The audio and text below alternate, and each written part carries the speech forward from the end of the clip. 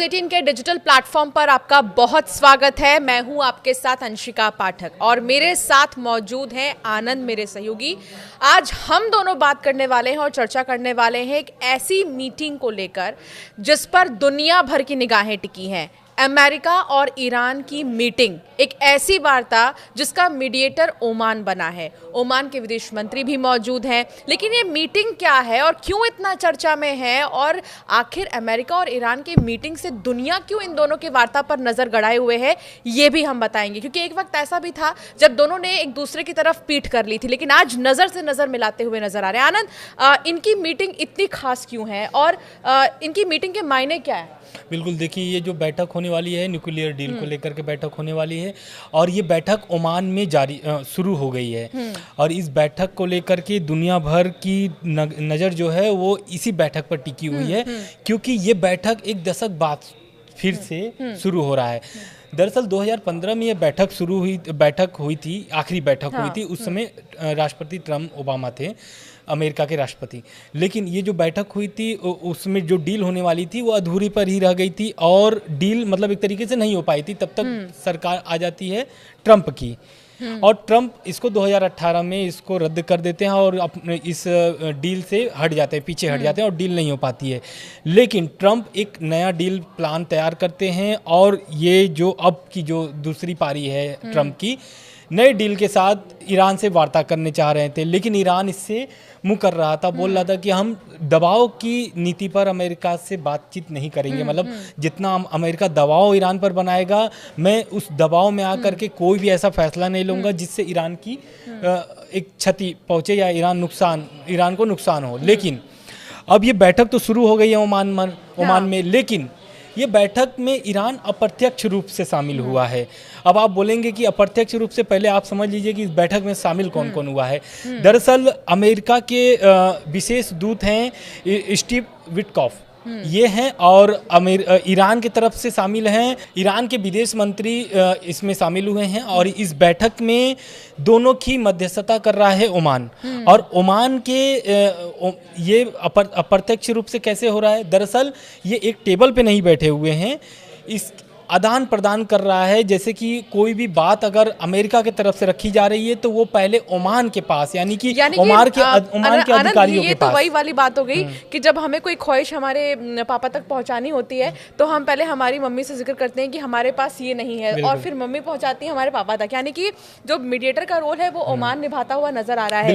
लेकिन ये वार्ता किस चीज से जुड़ी हुई है वो भी बताइए आनंद। बिल्कुल, देखिए ये वार्ता अब ओमान जो है कि मध्यस्थता कर रहा है, दोनों के बातचीत को आदान प्रदान कर रहा है। ठीक है, अब इसमें बात जो होने वाली है वो होने वाली है, ईरान अपने पक्ष रखेगा, और अमेरिका बस एक चीज चाहता है कि न्यूक्लियर पावर न बन पाए ईरान, यानी कि परमाणु बम ईरान न बना पाए, उसकी बस एक शर्त है। बाकी वो जितने भी प्रतिबंध लगे हैं ईरान पर उसको हटाने के लिए तैयार है। 2015 में भी यही हुआ था।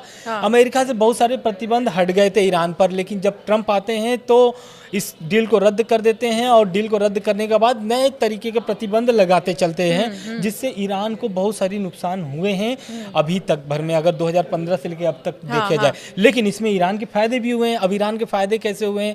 ईरान न्यूक्लियर पावर, मतलब न्यूक्लियर एक तरीके से शक्ति जो है उस एकदम करीब पहुंच चुका है।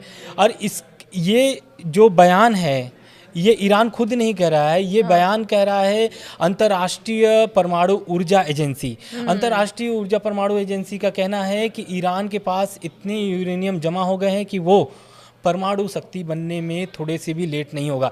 इसी बयान को लेकर के अमेरिका एकदम, मतलब अमेरिका में हलचल मच गई थी।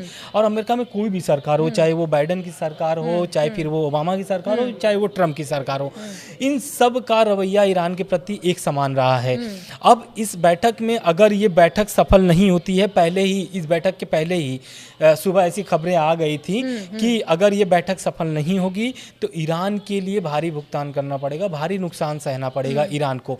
और ये बयान दिया था प्रेस सचिव, विदेश ट्रम्प की जो प्रेस सचिव है उनका बयान था, और वो बोल रही थी कि अगर ये वार्ता सफल ईरान नहीं करता है तो लेकिन इसमें आनंद, बहुत क्या वाकई भारी हम नुकसान इसे एक होने वाला लॉस के तौर पे देखें ईरान के लिए? क्योंकि ट्रम्प काफी आक्रामक रहे हैं, उनके जो बयान है वो काफी ज्यादा मतलब डरा देने वाले ईरान के रहे हैं कि अगर आप नहीं माने या अगर आपने हमारी नहीं सुनी या हमारे वार्ता को आपने जो है नजरअंदाज किया तो हम हमला भी कर सकते हैं। बिल्कुल इस तरह की जो एक रवैया रहा है डोनाल्ड ट्रम्प का, क्या वो वाकई ईरान के लिए नुकसानदायक होगा? बिल्कुल नुकसानदायक होगा। और अगर खबरें तो ऐसी है, अगर अंतर्राष्ट्रीय मीडिया की खबरों पर नज़र डालेंगे तो खबरें तो ऐसी भी छपे हैं कि अगर ये वार्ता सफल नहीं होती तो इस साल के अंत में इजराइल और अमेरिका दोनों ही ईरान के परमाणु ठिकानों पर, जो जहाँ पे परमाणु कार्यक्रम चल रहा है ईरान का, वहाँ पर हमला कर सकता है, उसको तबाह कर सकता है ईरान। और इसी कारण से एक मांग भी थी इजराइल की। इजराइल चाहता था कि लीबिया मॉडल लागू कर दिया जाए ईरान पर भी, जिससे ईरान लगातार एक तरीके से उससे नकारा है। और ईरान का भी इस पर प्रतिक्रिया है, ऐसा नहीं है कि खाली ट्रम्प ही धमकी दे रहे हैं, ईरान भी लगातार उसका पलटवार कर रहा है, उसके बयानों का जवाब दे रहा है।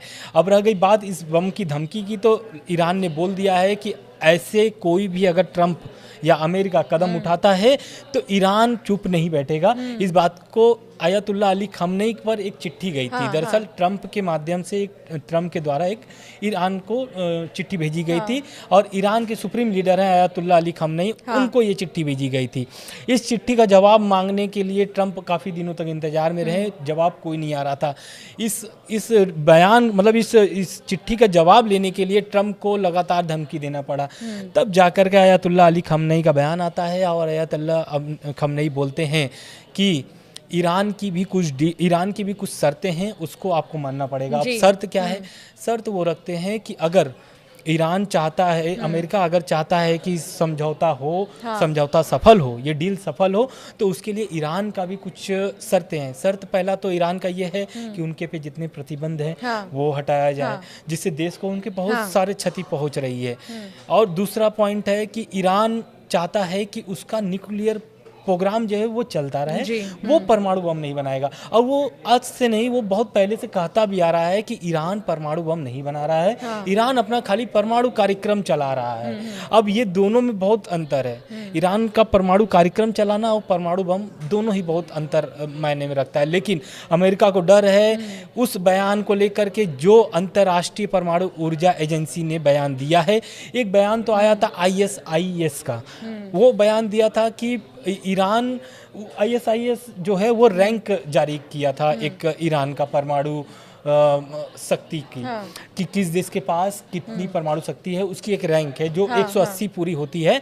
उसमें ईरान ने क्या किया है कि 151 से 157 रैंक पर पहुंच गया, यानी ईरान का जो परमाणु शक्ति है वो बढ़ गया है।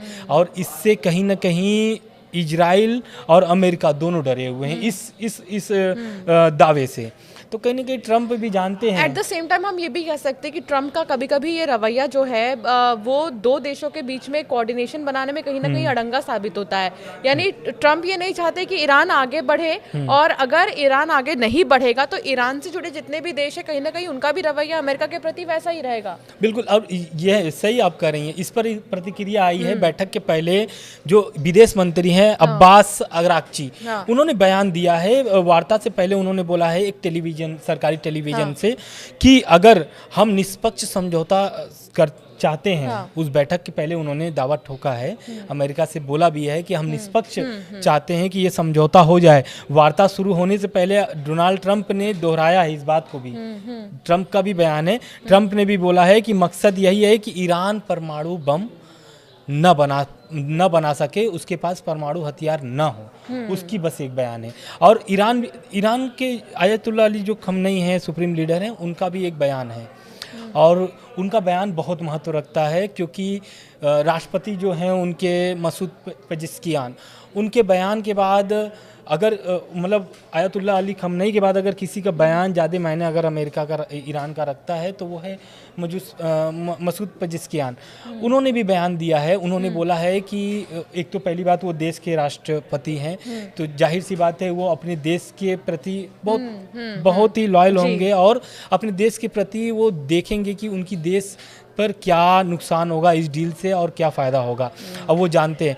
उन्होंने उनकी एक फ़ोटो भी कल वायरल हो रही थी, जिसमें वो न्यूक्लियर प्रोग्राम जहाँ ईरान का चलता है उनकी एक फ़ोटो भी कल से वायरल हो रही है वार्ता के पहले। और ये कहीं ना कहीं ट्रंप दबाव की नीति चाहते हैं, दबाव की नीति बना भी रहे हैं ईरान पर, और ईरान चाहता है कि दबाव की नीति नहीं, आप सहयोग के से रूप से आइए, मतलब एक तरीके से भरोसा पहले ईरान से बनाइए। ट्रंप ने, जैसा कि आपने बताया कि मीटिंग के पहले उन्होंने बोला कि ये न्यूक्लियर निर्माण को लेकर वो चाहते हैं कि ईरान आगे ना बढ़े, और एट द सेम टाइम ये मीटिंग हो ही रही है इस पूरे मामले पर, परमाणु के निर्माण को लेकर ये पूरी मीटिंग हो रही है। तो आनंद, आपका क्या आकलन है, क्योंकि आप बहुत गंभीरता से इस मामले को देखते आए हैं, कि किस तरफ जाएगी ये पूरी मीटिंग, किस ओर जाएगी, क्या लग रहा है? बिल्कुल, ये मीटिंग तो पहले हम 2015 की बात करेंगे, जो ऐसा तो नहीं एक बार फिर से मीटिंग बुलाई जाएगी, एक बार में बातचीत नहीं होगी? बिल्कुल बुलाई जाएगी, क्योंकि ईरान पहले ही बोल दिया कि अप्रत्यक्ष रूप से ईरान इस बैठक में शामिल हुआ है।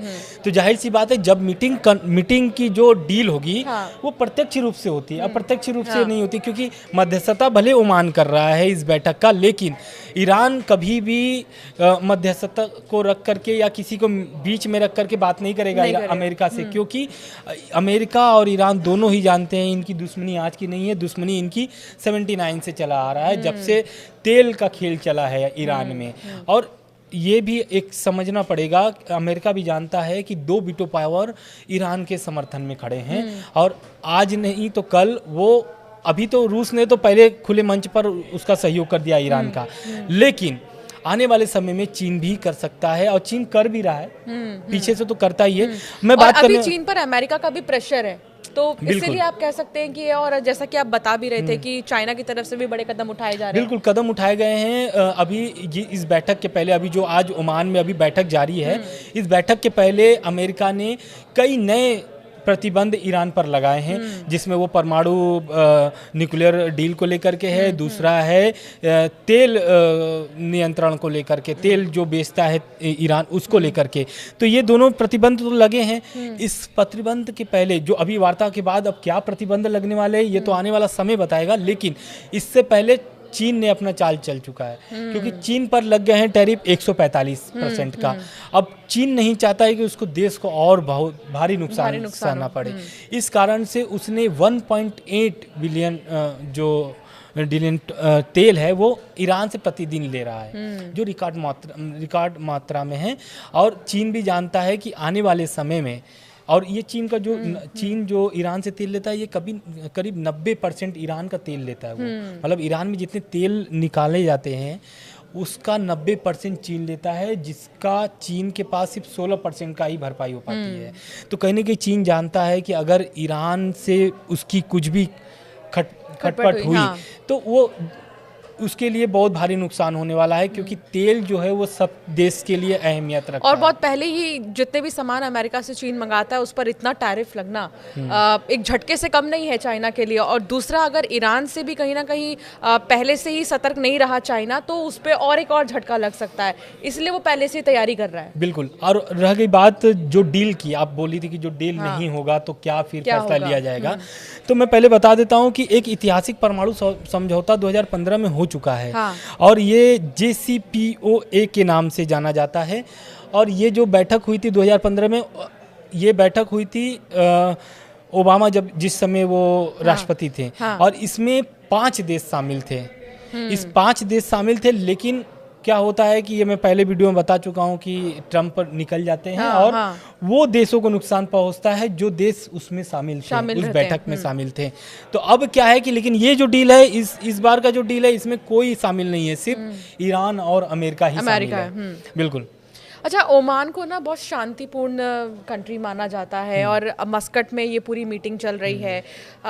At the same time mediator का कितना बड़ा रोल होता है आनंद, इसको भी समझना पड़ेगा, क्योंकि अगर दो लोगों की बात कोई एक बीच का व्यक्ति करा रहा है तो उस पर भी बहुत सारी चीज़ें निर्भर करती हैं। बिल्कुल। अब देखिए ओमान क्या है, ईरान का बहुत खास है, बहुत खास माना भी जाता है, लेकिन ओमान जो है ना वो दोनों से संबंध उसके अच्छे हैं, चाहे वो अमेरिका हो चाहे फिर ईरान हो। अगर ओमान, ईरान क्या चाहता है, ईरान अभी जो चिट्ठी वाली मैंने बात की थी स्टार्टिंग में कि आयतुल्ला अली खमनई को ट्रंप ने चिट्ठी भेजा था, तो वो चिट्ठी का जवाब भी आयतुल्ला अली खमनई ने दिया था ओमान के जरिए। ओमान के जरिए ट्रंप को ये चिट्ठी पहुंची थी और वो चिट्ठी में यही था कि ट्रंप को थोड़ी सी मतलब कि नरम लहजा रखना पड़ेगा ईरान के प्रति। दूसरा, उनको विश्वास जीतना पड़ेगा ईरान का।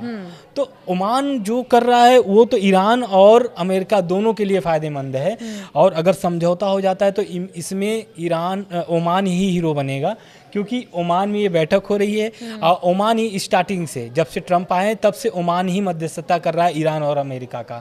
और अगर अब अमेरिका क्या है कि और कोई देश को पकड़ नहीं सकते हैं, मिडिल ईस्ट में जो देश है उसमें किसी को नहीं पकड़ सकते हैं, कतर से उसकी बातचीत नहीं है, इराक में कोई ऐसा प्रतिनिधित्व करने वाला नहीं है जो अमेरिका और उसको कर सके, क्योंकि इराक अमेरिका का पहले से युद्ध जग जाहिर है सबका। बिल्कुल। तो यानी कि अब तक अगर देखें हम कुल मिलाकर तो ये वार्ता बहुत आसान नहीं है, बहुत ही ज़्यादा चुनौतीपूर्ण है, और इसीलिए दुनिया भर की निगाहें इस वार्ता पर टिकी हुई हैं, और ख़ासतौर पर ओमान के लिए बहुत बड़ी चुनौती है कि इधर की बात उधर तक पहुंचाना ठीक उसी तरह जिस तरह कहना चाह रहे हैं। मीडिएटर का काम क्योंकि ओमान यहाँ पर करता हुआ नजर आ रहा है। लेकिन जाते जाते एक छोटा सा रिएक्शन आनंद, भारत पर क्या असर पड़ेगा अगर ईरान और अमेरिका की बनती है, और अगर नहीं बनती है तो भी?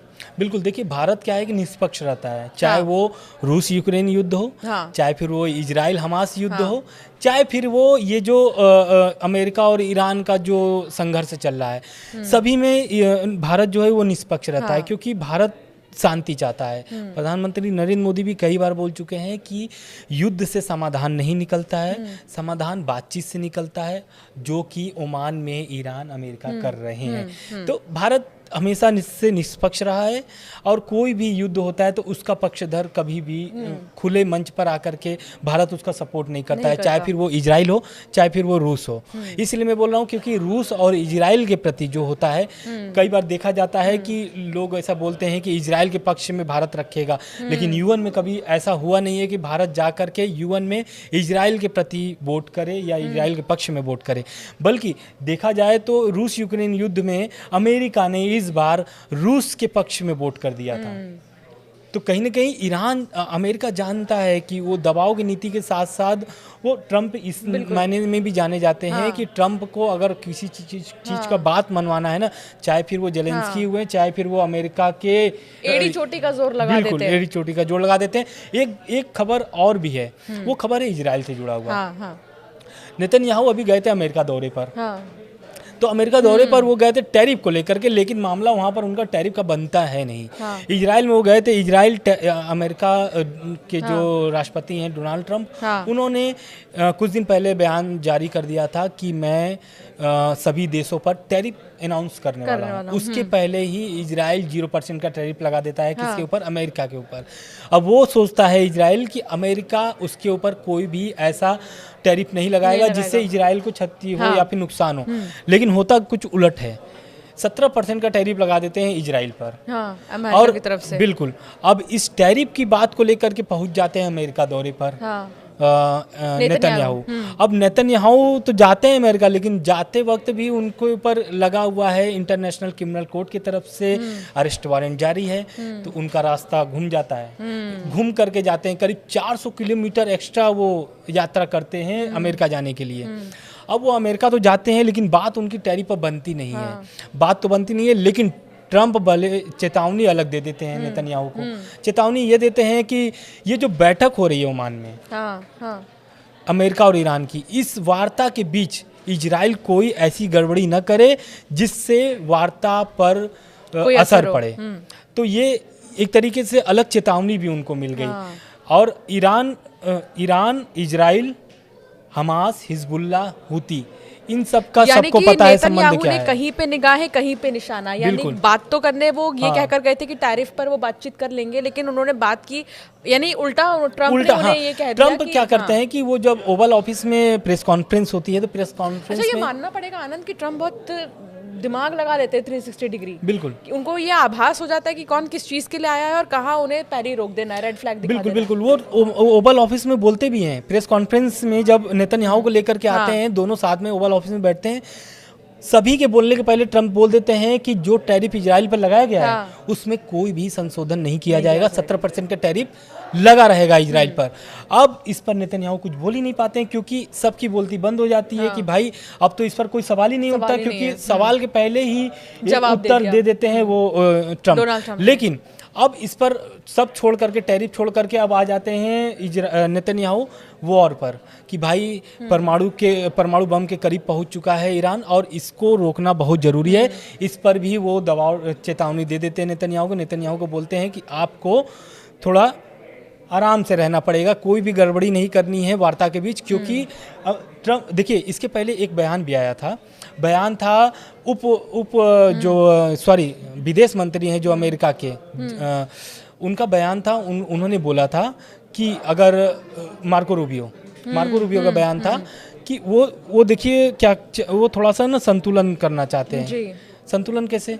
ट्रम्प बोल रहे हैं कि बमबारी ईरान ऐसा कभी नहीं देखा होगा जैसा अमेरिका बमबारी करेगा अगर वार्ता सफल नहीं होता है तो। अब इस पर वो थोड़ा सा मैनेज करने के लिए जेडी वेंस का बयान आता है। जेडी वेंस बोलते हैं कि मुझे अभी मतलब ऐसा एहसास हो रहा है कि ये जो वार्ता हो रही है ओमान में ये सफलतापूर्वक होगी, शांतिपूर्वक होगी और ये डील जो होने वाली है ये डील कंफर्म होगी दोनों के बीच, मतलब दोनों के बीच मोहर लगने वाली है। अगर ईरान और अमेरिका के बीच मतलब मेरा ये मानना है कि अगर बात बन जाती है आनंद, तो कई सारे जो देश है वो राहत की सांस लेंगे, क्योंकि वो भी अभी कहीं ना कहीं बंधे हुए हैं अमेरिका की वजह से ईरान से दोस्ती में और आगे बढ़ने में, क्योंकि अमेरिका वाकई में जगजाहिर है कि बहुत शक्तिशाली देश है और बहुत सारे जो एक्सपोर्ट इंपोर्ट के जो कार्य हैं और जो चीज़ें हैं वो अमेरिका से होते हैं, हर देश को जरूरत बिल्कुल। और ये ईरान के लिए बहुत ज़रूरी भी है। अगर प्रतिबंध ईरान के ऊपर से हट जाता है अमेरिका का, तो कहीं ना कहीं ईरान की जो तरक्की है उसमें और ज़्यादा रफ्तार आएगी। तो ईरान भी चाहता है कि शांतिपूर्वक हो जाए, विश्वास बना रहे अमेरिका का, तो ईरान भी थोड़ा सांस लेगा राहत की। तो अब जो है निगाहें टिकी हुई हैं इस वार्ता के खत्म होने तक की, कि आखिर खत्म होने के बाद क्या होता है, लेकिन इस पर भी हम आपको अपडेट जरूर देंगे कि खत्म होने के बाद क्या फायदा होगा, क्या नुकसान होगा और किन चीजों को लेकर दोनों देशों के बीच में बातचीत हुई है। फिलहाल हमारे वीडियो में इतना ही। ऐसे कई वीडियोस के लिए हमारे साथ बने रहिए और हमें सब्सक्राइब करना ना भूलें।